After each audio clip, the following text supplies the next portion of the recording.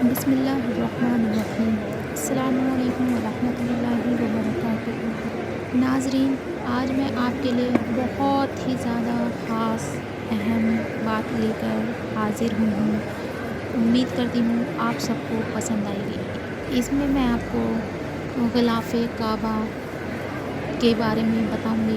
ग़िलाफ़े काबा, जिसको हम किस्वा के नाम से भी जानते हैं, तो इसमें ग़िलाफ़े काबा चेंजिंग किस्वा यानी कि ग़िलाफ़े काबा को बदलते हुए दिखाया जाएगा।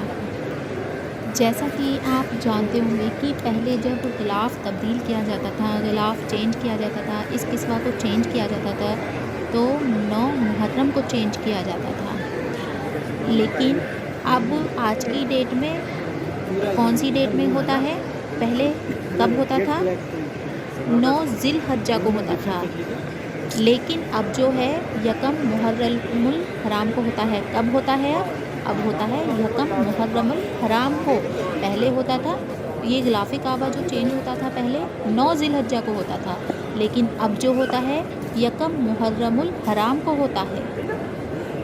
ये जो फुटेज आप देख रहे हैं, ये फुटेज बिल्कुल ओरिजिनल है, सामने से बनाया गया वीडियो है। ठीक है, अब हम इसके बारे में आपको बताना स्टार्ट करते हैं कि इसकी शुरुआत कहाँ से हुई।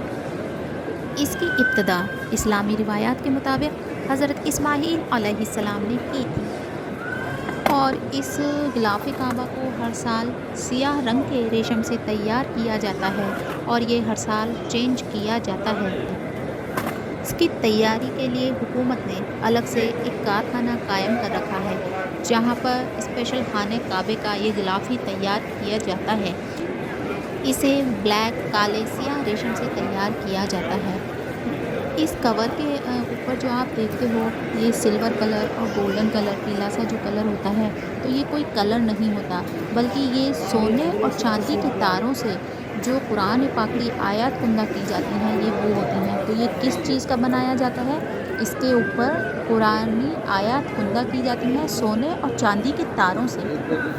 इस कवर को बनाने में जो रेशम इस्तेमाल की जाती है, जो रेशम यूज़ की जाती है, वो इटली से आती है। कहाँ से आती है? इटली से। और साथ में सोना और चांदी की जो तारें होती हैं, वो जर्मनी से आती हैं।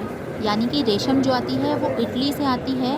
सोना और चांदी के जो तार होते हैं, जिनसे कुरान पाक की आयत कुंदा की जाती हैं, कुरान पाक की आयत लिखी जाती हैं, वो कहाँ से आती हैं? वो जर्मनी से आती हैं।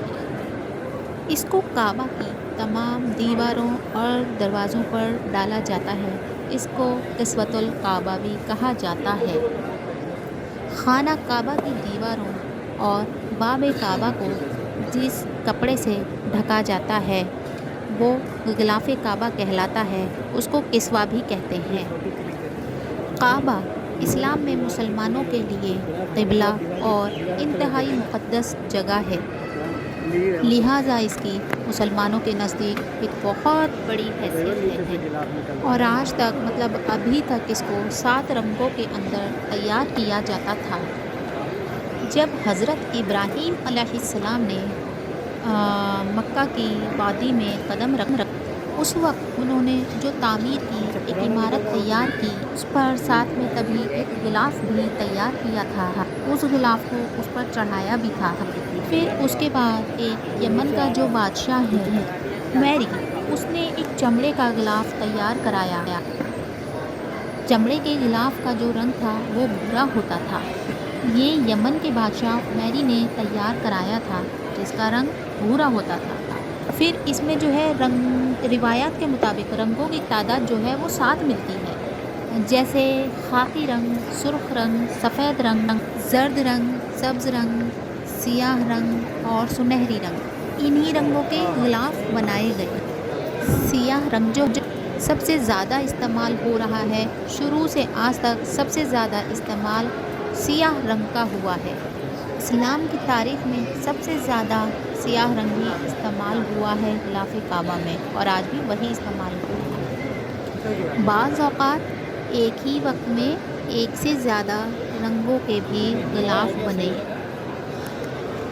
जब नबी करीम सल्लल्लाहु अलैहि वसल्लम फ़ातिह मक्का की हैसियत से शहर में दाखिल हुए, तो उस वक्त कुरैश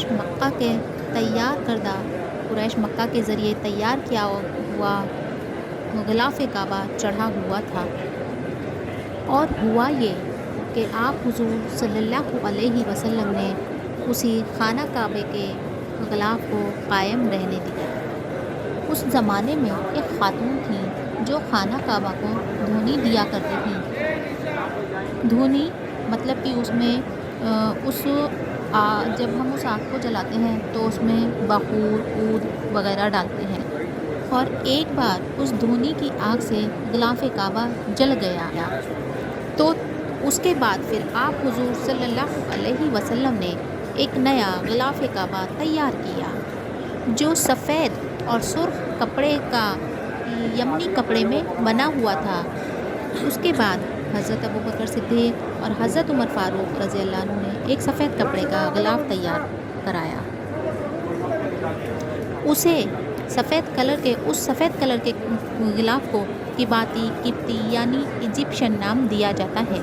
یہ ایجپشن جو کپڑا ہوتا ہے یہ بہت باریک ہوتا ہے، اور پھر اس حساب سے سال میں 2 بار غلاف کعبہ تبدیل کرایا گیا۔ اس وقت میں، اس دور میں تبدیلی کے دوران پہلا غلاف کعبہ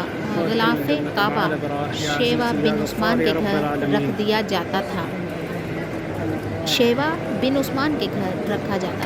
رکھ دیا جاتا تھا۔ کسوہ بولتے ہیں تو ابھی تو بہت ساری ویڈیو فوٹیج باقی ہے، لیکن اس فوٹیج میں اتنا ہی بتاؤں گی، اور امید کرتی ہوں آپ اس کو بہت دھیان سے دیکھیں گے، اس کو لائک، شیئر اینڈ سبسکرائب بھی کریں گے، اور تب تک کے لیے آپ مجھے اجازت دیں۔ السلام علیکم ورحمۃ اللہ وبرکاتہ۔